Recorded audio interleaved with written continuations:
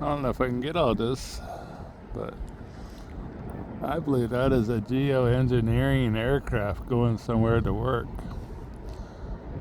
Condensation trail, I guess, or chemicals that fades quickly. But check out this. The waves in the sky. About to kill myself on a ladder. But this really weird ripples. Very distinct connected lines. This looks weird to me. Not speculating. Kind of goes on too. But it's been doing it for a while.